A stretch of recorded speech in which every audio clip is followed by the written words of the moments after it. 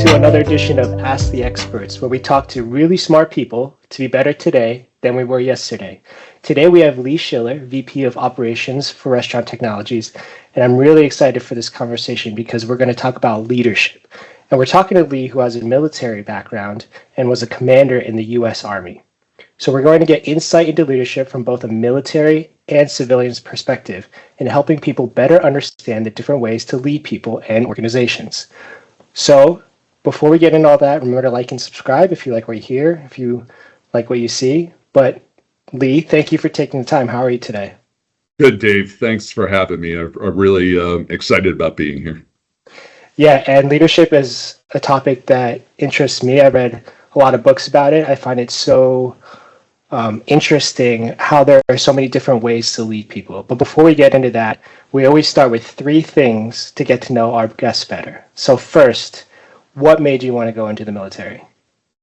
Well, Dave, my family background, just to give you a quick idea, many members of my family served, but they didn't serve for a long time, right? Mm-hmm. Grandfather served or drafted World War II. My father was in the Maryland Army Guard during Vietnam. So my family didn't have a military lineage that was natural for me to follow.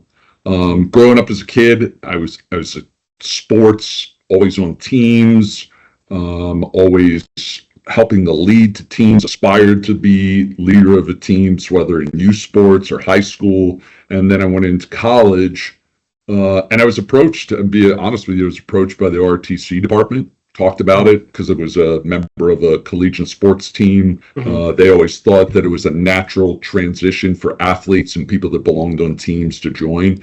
I got a little bit interested in it, and then I got the bug. And then it was kind of a natural progression for me to look at the military as a way for me, as a career aspirations, as a way to serve our country.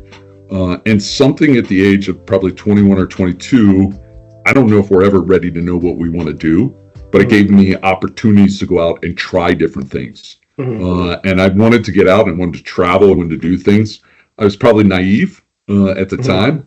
But as I look back, almost 29 years after, being commissioned as second lieutenant, I thought to myself, this was absolutely the right path for me. And then it's also led to 2 of my sons doing the same. And I met my wife in the Army, and she's also a veteran and retired Army officer as well. Okay. So a little bit of family business. I didn't come from lineage, but we've now created that. Yeah, you're the founding member, I guess. Yeah, exactly. Somebody's got to start somewhere, right?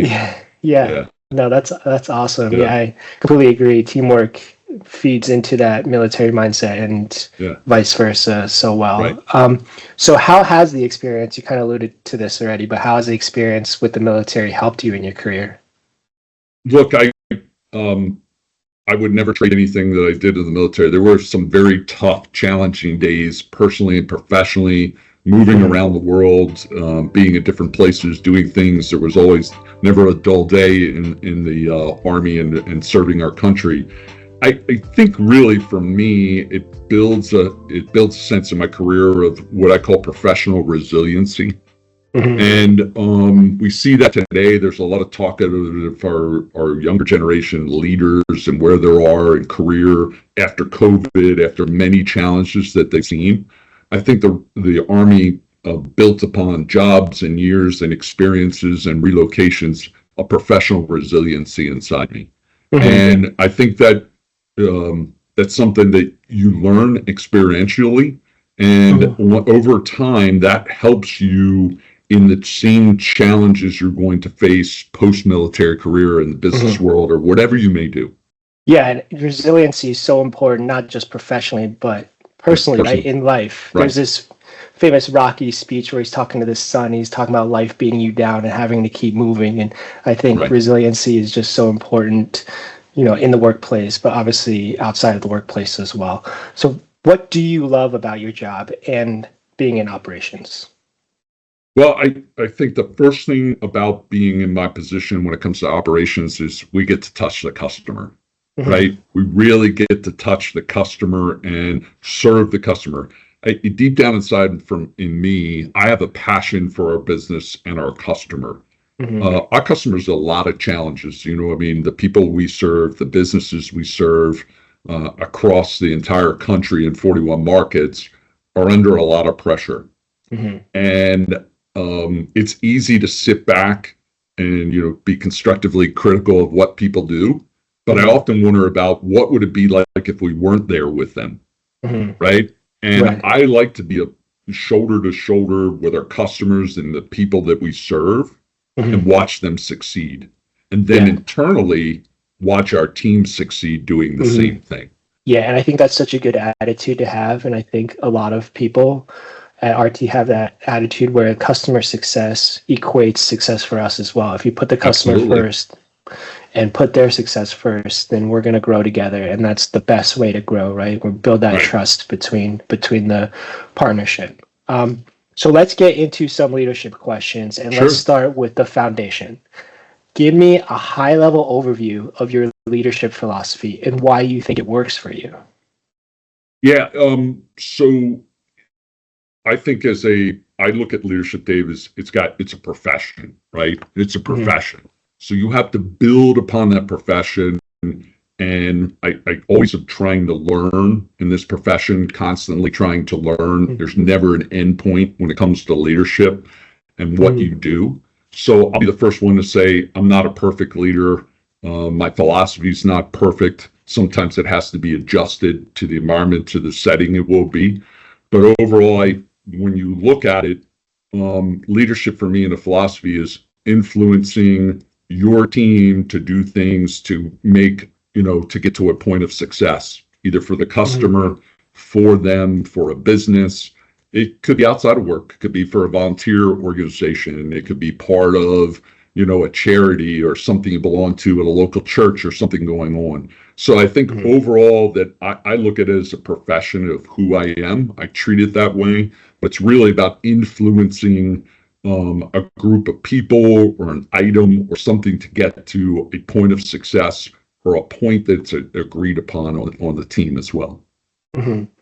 So you spoke a little bit about being 22, not really necessarily knowing what you want to do, right? And so I think there's a lot of growth from that age to where we're older now, obviously. So how do you think your mindset with leadership has evolved throughout your career? So innately, it becomes a little more natural, right? When I was 22 years old, I knew who my soldiers were. I knew their boot sizes. I knew who they were. And then they would say, sir, you're a leader. And I'm saying, well, I really don't know what that means right now. So I would rely on a lot of great examples and mentors and ask a lot of questions. And I think what you do is you naturally evolve as you learn more experience and going on, that now you're a leader that people look to for questions, answers, and evolves over time.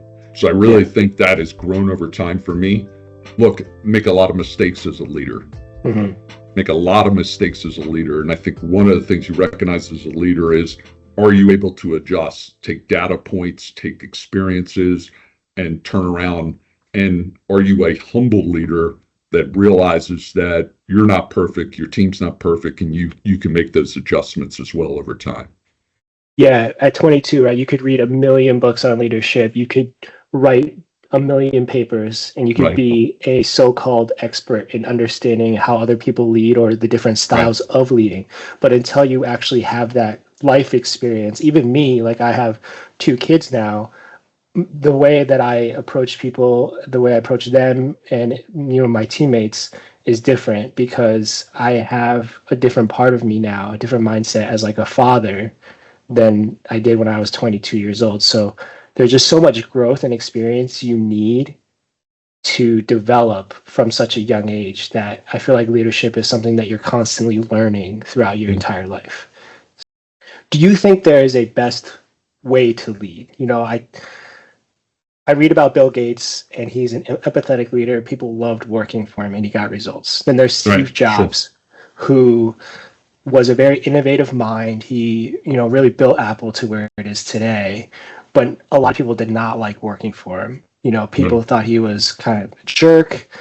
He pushed people too hard. He was too demanding, but he also got results in his own way, right? Right. So, do you think there's a best way to lead, or how do you approach that mindset between getting results versus like being an empathetic leader that people like? Yeah, so first of all, I think there are many branches and sequels to get to an endpoint that you talk about. Those two Yeah, leaders took different paths to get to where they want. yeah, Some may look at one path as more successful than the other, right? So some hmm may look at the results of Apple and say they're better than the results of Microsoft. hmm I think what you have to do, Dave, is you have to look over time and not in the moment. So when you're trying to we have accountability, responsibility to restaurant technologies. I have a responsibility, commitment to our customer, and I have accountability and responsibility and commitment to our company as well, hmm right? I eventually we're all going to go away at one time. In the military, everybody goes away at one time. You don't last forever. Is hmm your leadership and how you led your team and the results that you led your team to, are they sustainable without you? hmm Is your Yeah. team sustainable without you? Or, a year from now, 2 years from now, are the results that you achieved in the last quarter sustainable without you?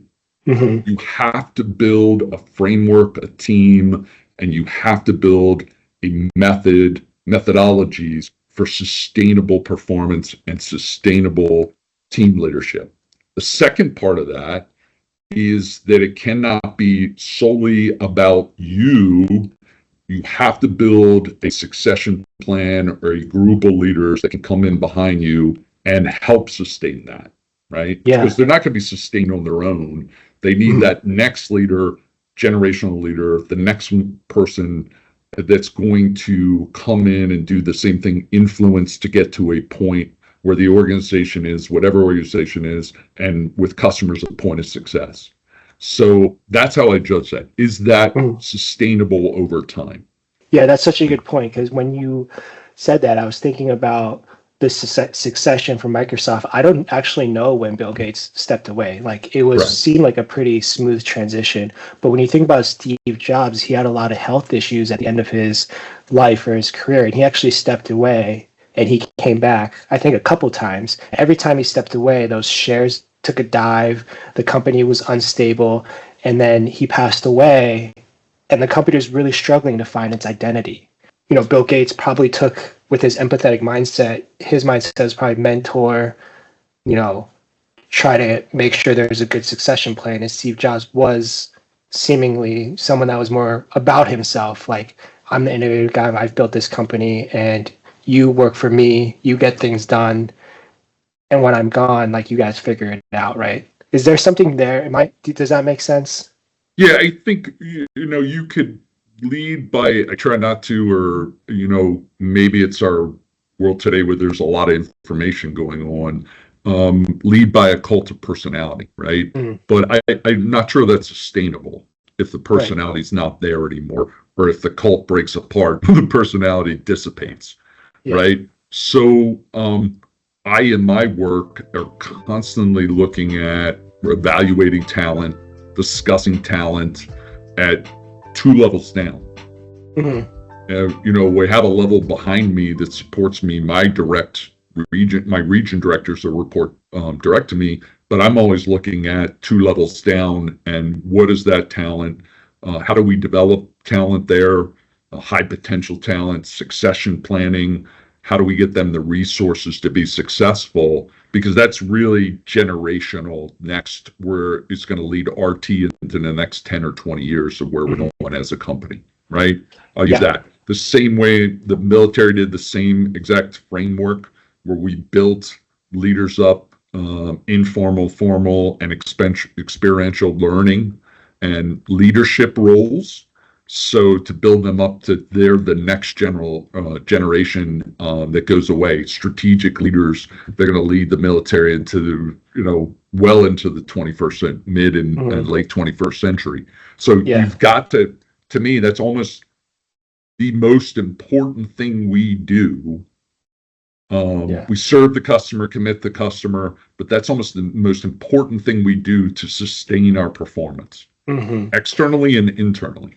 So we talked a little bit about the personalities, right? So when Sure. you are leading a team, you are you have, 5, 6, 7, 8, however many people report to you, have that many personalities to deal with. How do you make sure you lead them in the best way possible, and how do you make sure that team meshes? Right. So I think, you know, look, you've got to be an inclusive leader for people that come from all different backgrounds. I mean, it's clear and plain in sight that you've got to be that inclusive leader that can take people from different backgrounds, different experiences, different levels of skill set, and bring them together and feel like they're part of a team, right? Mm-hmm. It's no different than, let's say, a sports team. You have linemen, you have quarterbacks, they come from different areas, they're drafting in, you bring Mm-hmm. together. And when you watch that, it really is an amazing thing to watch Mm-hmm. when your team is working together for all the different positions and backgrounds and in synchronization. So I think you got to focus on the common, put aside our backgrounds and everything, the commonality of the mission and Mm-hmm. what we're doing, Yeah. right? It's got to be the commonality of that, to use the metaphor of rowing, everybody rowing in the same boat. We don't Mm-hmm. need 20 different boats or 20 different silos. It's got to be the commonality of that mission. And you Yeah. create that culture, right? Yeah. If our team is waking up, my direct reports and our general managers are waking up, I would expect you to be able to go out to all 41 of our sites and hear that same commonality and mission Mm-hmm. mindset or Yeah. mindset around it. And what that does, and I think people crave that teamwork. They don't want to work individually. They want to be part of an individual that's part of a team, part of that, because it's very lonely to lead individually. But Mm-hmm. if you're leading as a group, you're much stronger, in Mm-hmm. mass, right? The sum of the parts is greater than the individual. Yeah. So I really believe in that. So you've got to have that common mission. You've got to make sure that your team understands that culture of mission. And Mm-hmm. then the other one I think that's a tough one is, if does your team understand the priorities? Mm-hmm. So when all the chaos is going on, whether whatever it may be in your area, customer issues, equipment issues, hiring, staffing, can your team all look up and say, these are my priorities? I can stay within Mm-hmm. those priorities and I'm going to be Yeah. successful. Continue to be within those priorities, not deviate, but stay within the framework of priorities. If you've Yeah. got to lead like that to be successful, when you're leading people from different backgrounds, different skill sets, and trying to bring a team together, that they can have a commonality of mission, they understand that, it's communicated clearly to them, and they understand your intent and priorities. Yeah, that's such a good example, the football example of everyone does their job for the ultimate goal, right? Like the linemen have to Right, block so the quarterback can throw and the receivers catch. Everyone does their job with the ultimate mission of scoring a touchdown, winning the game, right? So, right, right, and sometimes running backs need to throw a block, right? So it's like right, right. sometimes you just need to keep your mind on like the bigger picture. You have your own job, but sometimes you need to pick up the slack somewhere. Tight ends sometimes need to Yep, to chip when they're running their route. There's yep, so many parts of that kind of play into like the corporate structure of something like RT, where we have 41 depots nationwide. Everyone kind of does their job, but you come together for that bigger mission and that greater goal. So, yeah, and Dave, it's yeah, I really very like hard that. to. So what do you look for when you are identifying and developing future leaders, whether it's on your team, whether it's maybe just someone that you've worked with in the past that is Sure, younger sure. and you want to help bring up? Yeah, I won't take credit for this. Person I'm married to came up with is, Dave. You can't teach tall, right? If you're Yeah. going to start a basketball team, Yeah. you can't start with a team that's all 5'5" and expect to Yeah. win. Yeah. You Yeah. can't teach tall, right? Tall is going to help. You have to assemble tall people. I think Yeah. you have to assemble and work and look at leaders that have energy and will and Hmm. passion, Yeah. because then you can give them, like Lee Schiller, the second lieutenant at 21 years old. The Army took me and took many other leaders, not just me. And then they shaped us, trained us to go on. And then, promotion, success, command comes along. But you've got to recognize, do your leaders have the energy and will and passion to do that? So that's the first thing I'm looking in for leaders, because you can't teach. That's tall to me when it comes to leadership. Yeah. Right. The And if you're intangibles, not right? tall, no matter how much experiential leadership I give you, how much responsibility I give you, you may not succeed. Yeah. So to me, that's when they say are leaders born or made, that's the inherent piece with, you see a lot of natural leaders when you look to the leaders you talked about, when you look to other leaders in business, government, world leaders, they had a passion and a will and energy to do that. They had tall. They'd already conquered that. And maybe some don't. Not everybody's going to be a leader. So I think that's the first thing I look is, do they have those basic traits for that? And do they want to be that leader? Where do they aspire to be? Right. Many people will say, I want that role or I want that position, versus I want the responsibility and I want to grow. There's different, that vocabulary is different when you say I want a role or I want a job versus I would like increased responsibility or go here and be a part of it. I think the other thing is, many leaders trying to stay, the hardest thing every day as a leader is to get up and kind of put yourself last. It is a very difficult thing being a to parent. do. It is. Right. It is. It is a very difficult thing to do because we're inherently about our needs. So when you get up and the first thing you're doing is you're getting phone calls or you have business needs or anything else, well, I had a plan, so that's now interrupted my entire plan. What do we do? So, you're really looking for that, what I define as that selfless leader, that are doing that. But it kind of brings it back around to, what I'm looking for in leadership talent and where we want to grow. And then it's just, how do you give them those tools and this toolkit and skill set to grow them as leaders? Yeah, I think you kind of alluded to this already, but you said selflessness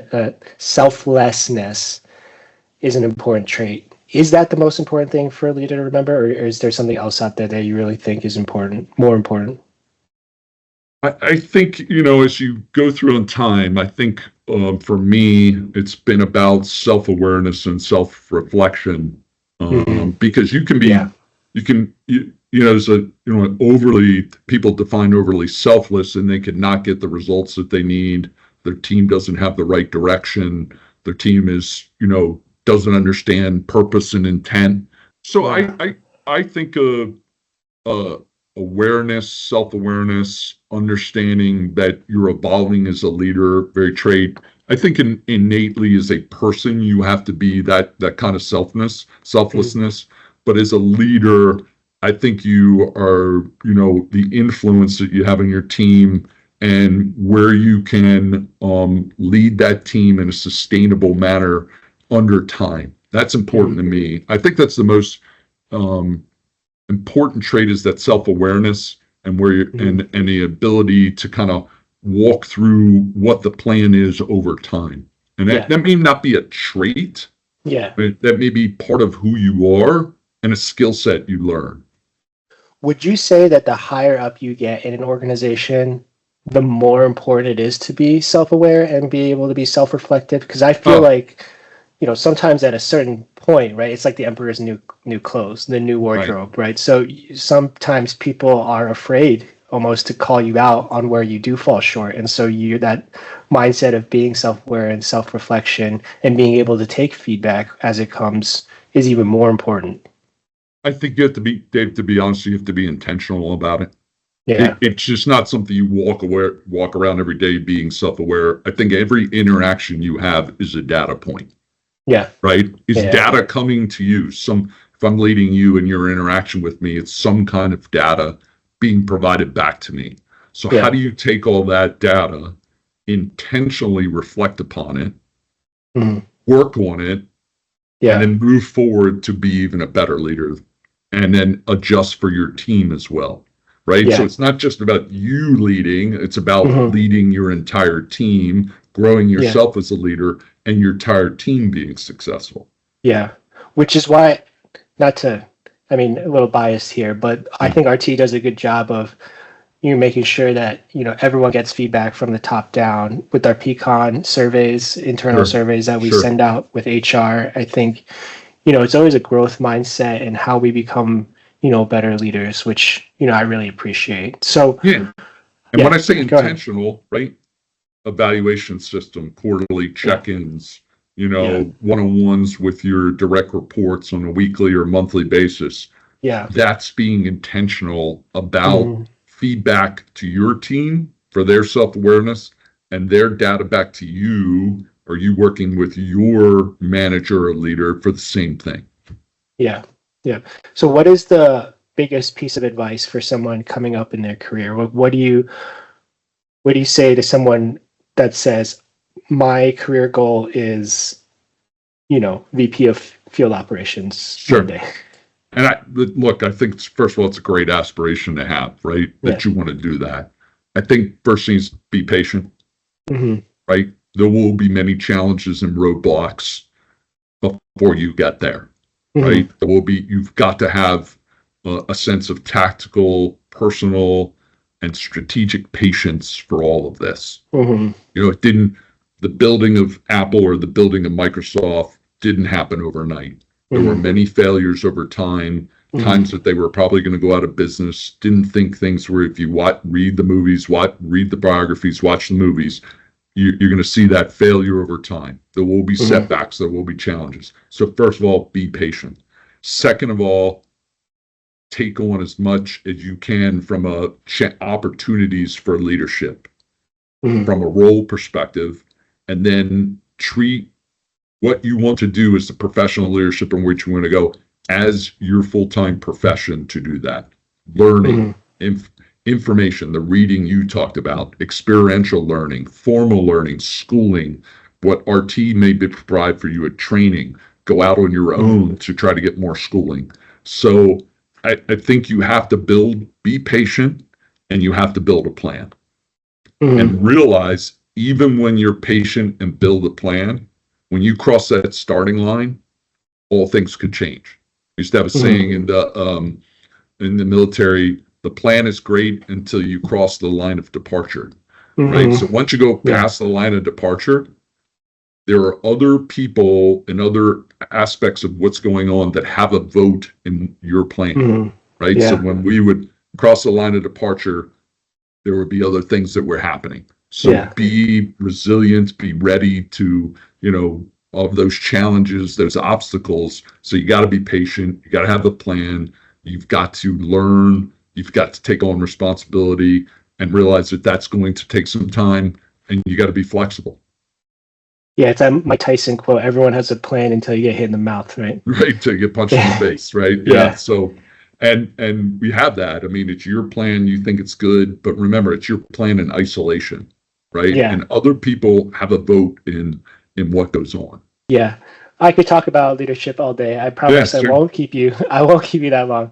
But I really appreciate the time. I think our audience really appreciate the time. I learned a lot. I think Yeah, hopefully people watching and listening to this learned a lot. So I really appreciate Lee, your insight and your perspective, including your background and kind of everything you bring to the table. I know you're still somewhat new at RT, so sure. I hope everything's going well and you're acclimating well. And it feels like the operations team really has been elevated based on our customers. That's not me. Our customers Right. are saying our operations have been, improved a lot, and that's, I think, a testament to Yeah. you, to Alyssa, and to your entire team over the last year or so. Yeah. So thank you.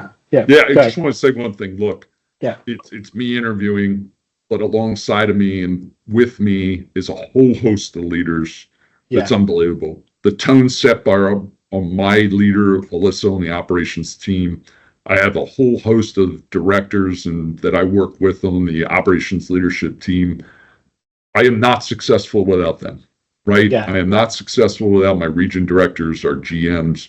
It is a team. The other thing that I would tell you, leadership is a team sport, hmm, right? And you heard that as a kind of a theme of what I talked about. It is a yeah, team. One person may have to be the leader of the group, but it is yeah, a team sport. And if yeah, you don't treat it like a team sport or a team event or a group, we're never going to be successful. That's what right, we do well here at RT. yeah. That's what we do well at RT. And that's why I'm so excited to be here and so excited to be part of the larger team. Yeah, I think that's a perfect way to close it. So Yeah. thanks everyone for joining us, and we appreciate the time. We'll see you guys next time. Okay, Dave.